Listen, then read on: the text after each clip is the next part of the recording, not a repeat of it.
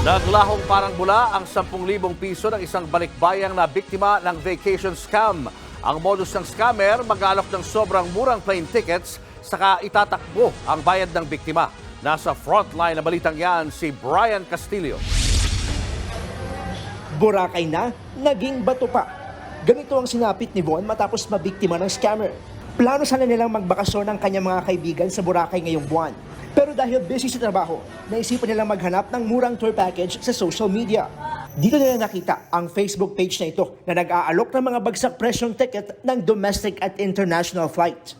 Nang kausapin nila, inalok agad sila ng 35% discount. Kaya kinagat nila agad ang halos 10,000 pisong siningil sa kanila para sa 4 na ticket. Umabot kami ng 2,450 per head, round trip na yon. Then pinapa-confirm ko nga kung kasama na ba yung additional baggage na 20 kg. Meron na din daw. Kaya sabi ko, sobrang mura niyan. Sabi ko kasi ang Pakatiklan na yung medyo peak, magpipeak na, nasa 6,000 round trip na. Agad binigay ng kausap ni Von ang account number kung saan ipapadala ang pambayad. Pero nang matapos ang transaksyon, tila nag-iba na raw ang ihip ng hangin. Sinubukang humingi ng update ni Von sa proseso ng booking. Pero walang detalyeng maibigay sa chat. Dito na siya nagduda at humingi ng refund. Pero nagdahilan lang ang kausap niya. Pinadalhan din siya nito ng umano'y DTI permit. Pero nang isearch online, nabisto niyang peke ang dokumento at maraming nag-claim na na-scam nila. Hindi niya na ako minamessage. Tapos minamessage ko siya, hindi na nagsisend. So na-block na po ako. Tapos na-block na rin yung ibang kasama. Ayon sa Philippine National Police, vacation scam ang nakadali kina Von. Modus daw ng mga scammer ang magkunwaring agency na nag-aalok ng murang ticket sa aeroplano, hotel at mga tour. Pero pagkakuha ng down payment o bayad, itatakbo nila ang pera.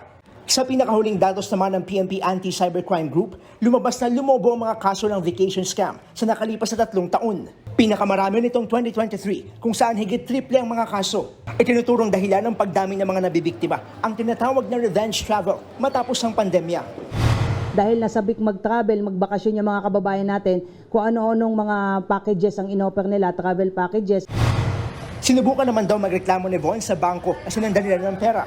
Pero sumuko sila dahil sa dami ng mga hinihinging dokumento. Babala naman ng PNP, posibleng lumobo pa ang mabibiktima ng ganitong scam lalo ngayong tag-init. Pag peak season, mahal talaga ang airline tickets, mahal ang mga hotel accommodation. If it's too good to be true, di ba? Yun ang lagi natin, probably it's not true. Aminado naman ng PNP na hindi madaling mahuli ang mga ganitong scammer.